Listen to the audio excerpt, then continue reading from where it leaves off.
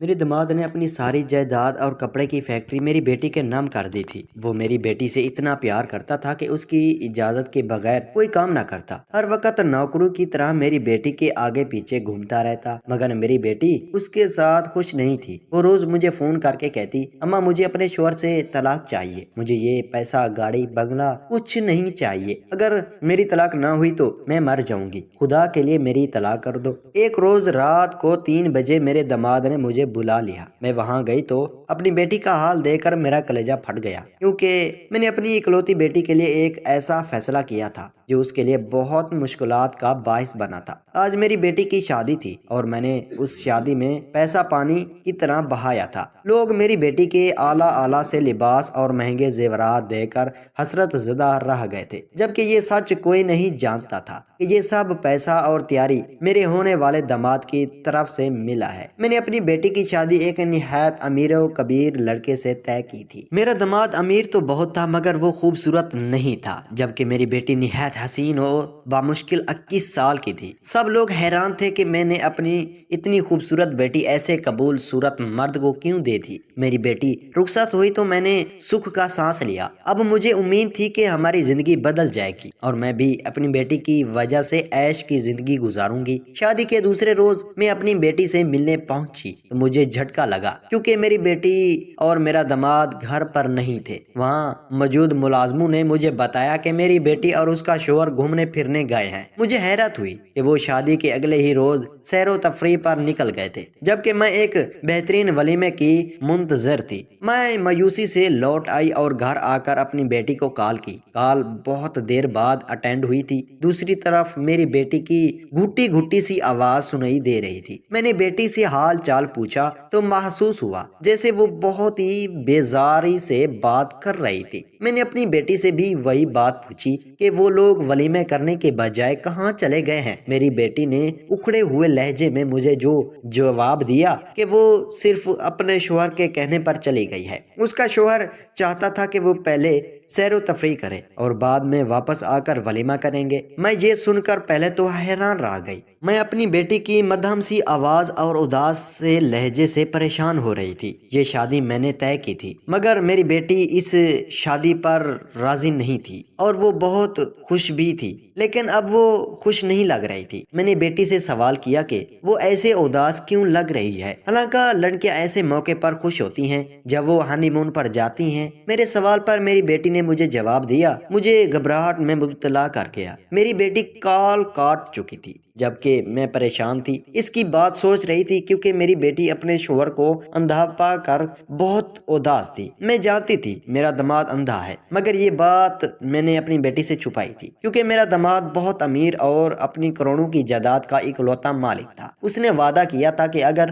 میں اپنی بیٹی کی شادی اس کے ساتھ کر دوں تو وہ ساری جائیداد میری بیٹی کے نام کر دے گا، اور وعدے کے مطابق اس نے اپنی ساری جائیداد میری بیٹی کے نام کر دی تھی۔ میں پریشانی سے اپنی بیٹی کی واپسی کا انتظار کر رہی تھی۔ ایک ہفتہ بعد وہ لوگ لوٹ آئے تھے۔ میں اگلے دن ملنے گئی تو میرا داماد بہت گرم جوشی سے مجھے ملا تھا، جبکہ میری بیٹی چپ چاپ سی لگ رہی تھی۔ میں نے اپنی بیٹی کو سمجھانے کی بہت کوشش کی تھی کہ تمہارا شوہر بہت اچھا انسان ہے، اس میں صرف ایک عیب ہے، تم اسے نظر انداز کر دو۔ وہ امیر لڑکا ہے جو دل و جان سے تم پر فدا ہے، تمہاری پوری زندگی پرسکون گزرے گی۔ مگر میری بیٹی کو اپنے شوہر کے عیب کے علاوہ بہت سی باتوں پر اعتراض بھی تھا، لیکن وہ ہمیشہ سے میرے ہر فیصلے پر سر جھکا دینے کی عادی تھی۔ اس نے اب بھی یہی کہا تھا۔ وہ اپنے اعتراضات اپنے اندر دبا گئی اور خاموشی سے بیٹھی رہ گئی۔ دن یوں ہی گزرتے جا رہے تھے۔ شادی کے شروع میں ہمارا اکثر ملنا جلنا ہو رہا تھا۔ میرا داماد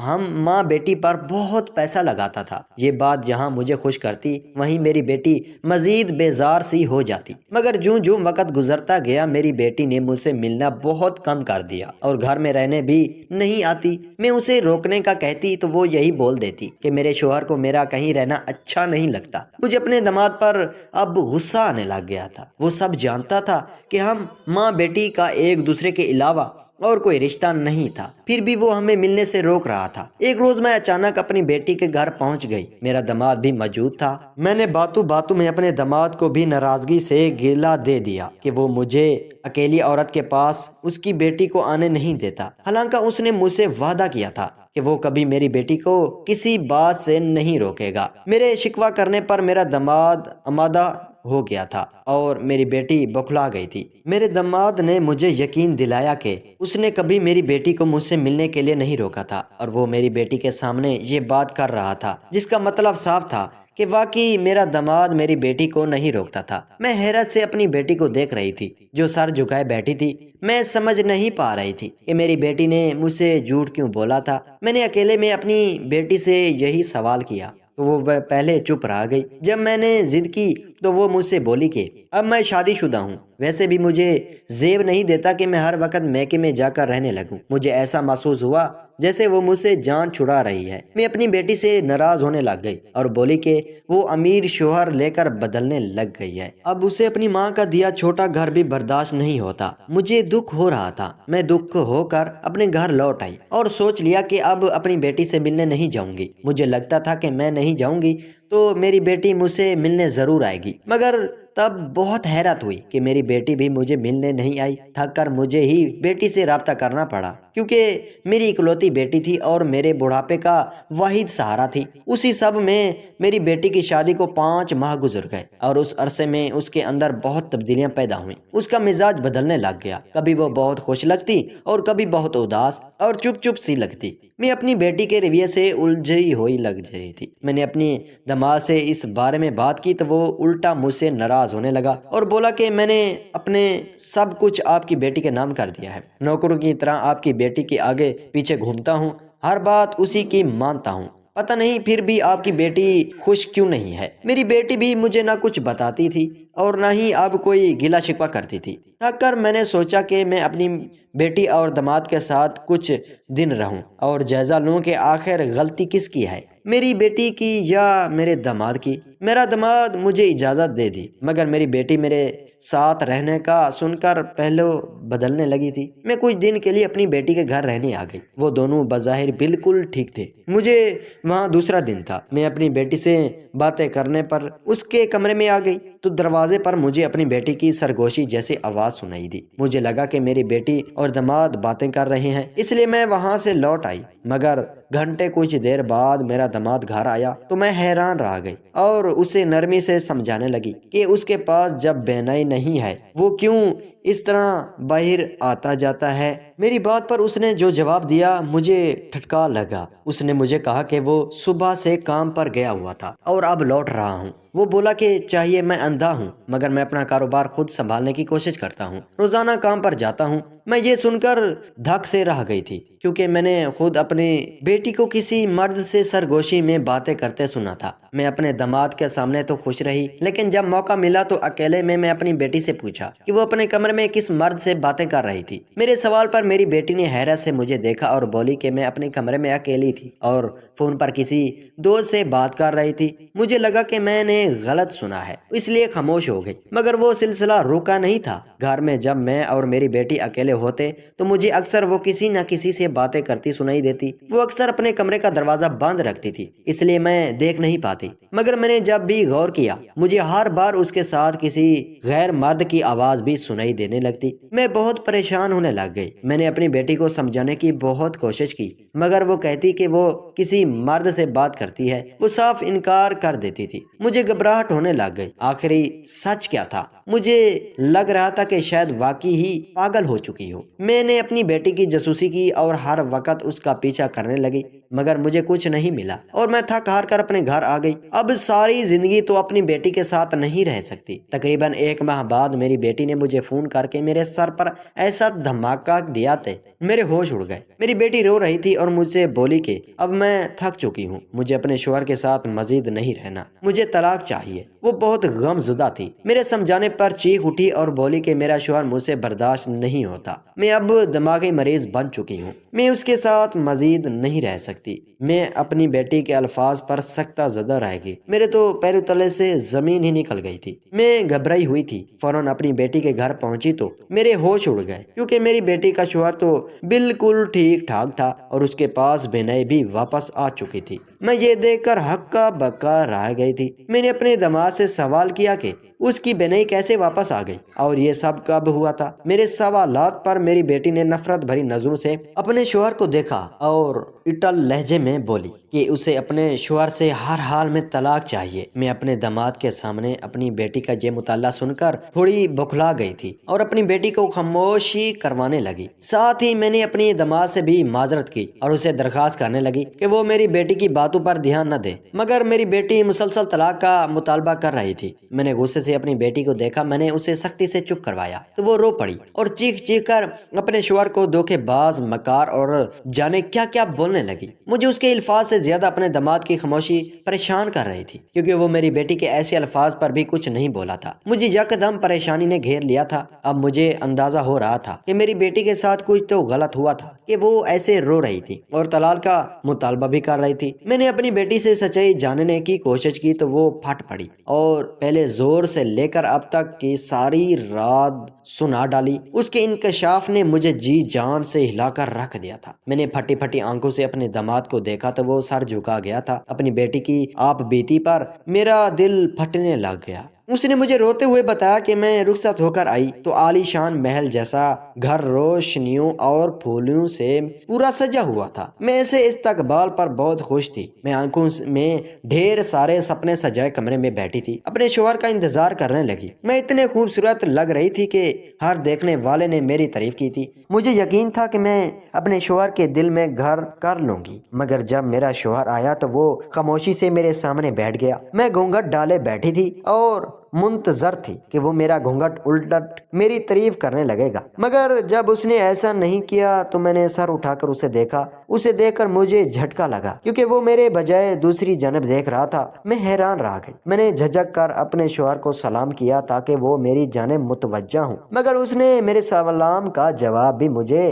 دیکھے بنا ہی دے دیا تھا۔ اپنے شوہر کی بے نیازی میرا دل ٹوٹ رہا تھا۔ میں نے مایوسی سے سر جھکا دیا اور اس سے پہلے کہ وہ اٹھ کر جاتی میرے شوہر نے عجیب سی بات کہہ دی، جسے سن کر میں بری طرح کھٹک کر اسے دیکھنے لگی۔ وہ مجھے دیکھے بنا پوچھ رہا تھا کہ تم یقیناً خوبصورت لگ رہی ہوگی، کاش میں بھی تمہیں دیکھ سکتا۔ میں نے حیرت سے اپنے شوہر کو دیکھا اور کہا کہ میں اس کے سامنے بیٹھی ہوں، وہ مجھ پر پورا حق رکھتا ہے، پھر وہ مجھے کیوں نہیں دیکھ سکتا؟ میرے سوال پر اس نے افسردگی سے مجھے جو بتایا، اس جواب پر تو میرے اوستان خطا رہ گئے۔ میں اپنی ماں کے دھوکے پر ہکا بکا بیٹھی ہوئی تھی۔ میرا شوہر آنکھوں سے اندھا تھا، اس کی دنیا اندھیری تھی۔ مجھے شدت سے رونا آیا تھا کہ جب میرا شوہر مجھے دیکھ ہی نہیں تو میرے سجنے کا کیا فائدہ، اور ایسے حسن کا بھی کیا فائدہ جسے سر ہلا دینے والا کوئی نہ ہو اور نہ ہی سہارا دینے والا ہو۔ میں اپنے شوہر کے سامنے سے اٹھ گئی اور پھوٹ پھوٹ کر رونے لگی۔ مجھے پیسے کا کبھی لالچ نہیں رہا تھا، میں بس خود پرست لڑکی تھی۔ میں نے ہمیشہ اپنی تعریف سنی تھی، میں آگے بھی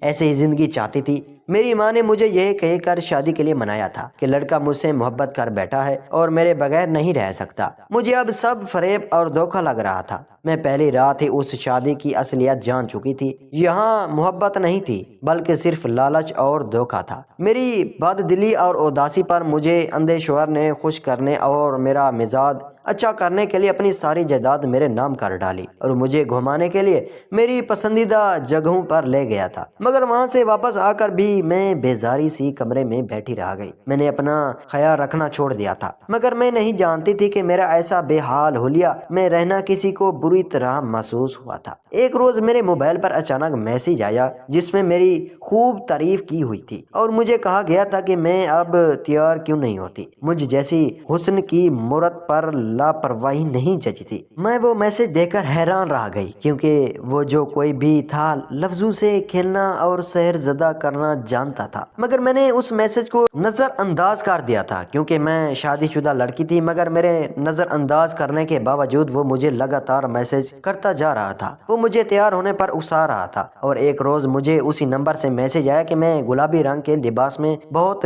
حسین لگتی ہوں۔ اس میسج میں میرے حسن پر شاعری کی گئی تھی اور اور مجھے گلابی لباس پہننے کی منتیں کی گئی تھی۔ مجھے نہ جانے کیا ہوا کہ میں نے اپنی الماری کھولی اور گلابی رنگ کا لباس تلاش کرنے لگ گئی۔ مجھے ایک نہایت خوبصورت گلابی لباس مل گیا تھا۔ میں نے نہا کر وہ لباس زیب تن کیا، اپنے بال بنائے، میک اپ کیا تو میرا حسن نکھر کر سامنے آ گیا۔ میں نے اسی نمبر پر میسج کیا اور کہا کہ میں نے گلابی لباس پہن کر تیار ہو چکی ہوں، اب وہ بتائے کہ مجھے کیسے دیکھے گا۔ میں صرف جاننا چاہتی تھی کہ وہ کون تھا اور کیا کرنا چاہتا تھا۔ میں نہیں جانتی تھی کہ میرے اس میسج کا اثر اس شخص پر ایسا پڑے گا۔ وہ دن دہاتے میرے کمرے کی کھڑکی پر آ پہنچا تھا۔ میں اپنے کمرے کی کھڑکی پر کوئی انجان نقاب پوش دیکھ کر گھبرا گئی تھی۔ وہ جوان لڑکا تھا جس کی رنگت شفاف تھی اور نقاب میں بھی اس کی آنکھیں خوبصورت لگ رہی تھیں۔ مجھے اندازہ ہوا تھا کہ وہ جو کوئی بھی تھا وہ خود بھی پیارا تھا اور بہادر بھی، جو مجھے ملنے میرے گھر تک پہنچ گیا تھا۔ میں اسے واپس بھیجنا چاہتی تھی مگر میں ایسا نہیں کر پائی اور اسے اپنے کمرے میں بٹھا لیا۔ وہ اپنا چہرہ دکھانے پر مائل نہیں تھا مگر اس کی آنکھوں میں میرے لیے محبت اور دیوانگی صاف نظر آ رہی تھی۔ وہ کھل کر میری تعریف کر رہا تھا۔ مجھے اس کا ساتھ اچھا لگنے لگا۔ اس کے بعد میرا معمول بنتا گیا۔ وہ لڑکا دن رات مجھ سے فون پر بات کرتا اور جب میرا شوہر کام پر جاتا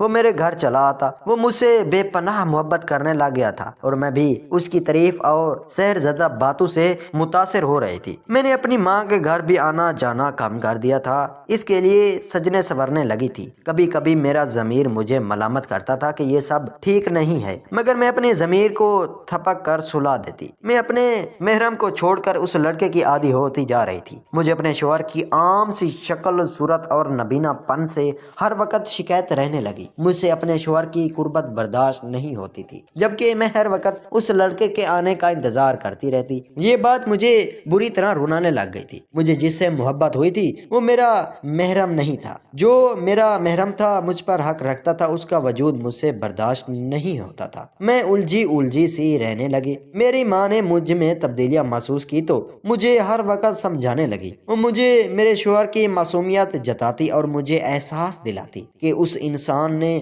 ہمیں تب قبول کیا جب ہم دونوں ماں بیٹی بہت کم تر تھے۔ اس نے نہ صرف ہمیں قبول کیا بلکہ ہم پر پیسہ لگا کر ہمیں بہترین حال میں رکھ لیا۔ اپنی ماں کے سمجھانے پر میں مزید الجھ جاتی تھی۔ میں اپنے شوہر سے محبت کرنا چاہتی تھی مگر میں جیسا انسان تھی وہ میرا شوہر نہیں بلکہ وہ نقاب پوش لڑکا تھا۔ وہی تھا وہ جو میرا حسن دیکھ سکتا تھا۔ مجھے اپنے گناہ کا شدید احساس ہوتا۔ میں دل و دماغ کی جنگ میں تھکن کا شکار ہو رہی تھی۔ انہی دنوں میں میری ماں ہمارے گھر رہنے لگی۔ میں پریشان تھی کہ اب میں اس لڑکے سے کیسے ملوں گی۔ میں نے یہ بات اس کی تو اس نے مجھے تسلی دلائی اور بولا کہ ہم نے تمہارے شوہر کو بے وقوف بنایا ہے تو پھر تمہاری بوڑھی ماں کو بھی خبر نہیں ہوگی۔ مجھے خوف تھا کہ میری ماں سچ تک پہنچ جائے گی۔ جب میرا شوہر باہر جاتا وہ لڑکا چھپ کر کھڑکی کے راستے سے میرے گھر آ جاتا۔ اس کی حرکتوں پر میری ماں کو مجھ پر شک ہو گیا تھا مگر پوچھنے پر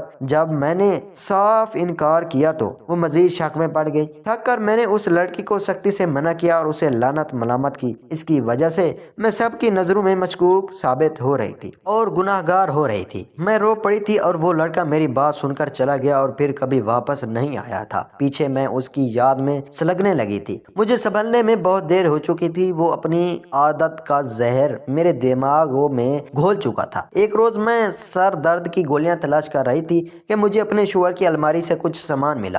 جب میں وہ سامان اٹھایا تو میری آنکھوں کے آگے اندھیرا چھا گیا تھا کیونکہ وہ سارا سامان وہی تھا جو وہ نقاب والا لڑکا استعمال کرتا تھا۔ مجھے لگا میرے شوہر نے اسے مروا دیا ہے۔ میں تڑپ تڑپ کر رو رہی تھی اور اپنے شوہر سے اس لڑکے کے بارے میں سوال کرنے لگ گئی تھی اور تب اس نے مجھے بتایا کہ وہ لڑکا کوئی نہیں بلکہ وہ خود ہی تھا۔ وہ اپنا حلیہ بدل کر میرے ساتھ رہ رہا تھا اور اپنے اصل روپ میں مجھے چھپ کر ملنے آتا تھا۔ اتنا بتا کر میری بیٹی رونے لگ گئی اور میں اپنے داماد کو دیکھ رہی تھی جو واقعی پرکشش لڑکا تھا۔ وہ شرمندگی سے بولا کہ وہ واقعی میری بیٹی سے محبت کرتا ہے مگر اس کی شرارتیں دوستوں نے اسے اپنی بیوی کو آزمانے کا مشورہ دیا تھا۔ تب اس نے اپنی شکل کو تھوڑا سا بگاڑ کر اندھا پن میری بیٹی کو بیاہ لے گیا تھا لیکن وہ اپنے ڈرامے میں بہت آگے نکل گیا تھا۔ اس نے اس سب میں میری بیٹی کا بہت دل دکھایا تھا۔ میری بیٹی رو رہی تھی۔ وہ میری بیٹی سے معافی مانگنے لگا۔ پھر میرے سمجھانے پر میری بیٹی نے اسے معاف بھی کر دیا اور آج وہ دونوں اپنی خوشگوار زندگی گزار رہے ہیں۔ ناظرین، ایسی کہانیاں دیکھنے کے لیے ہمارے چینل کو سبسکرائب کریں اور بیل آئیکن کو بھی پریس کر دیں۔ شکریہ۔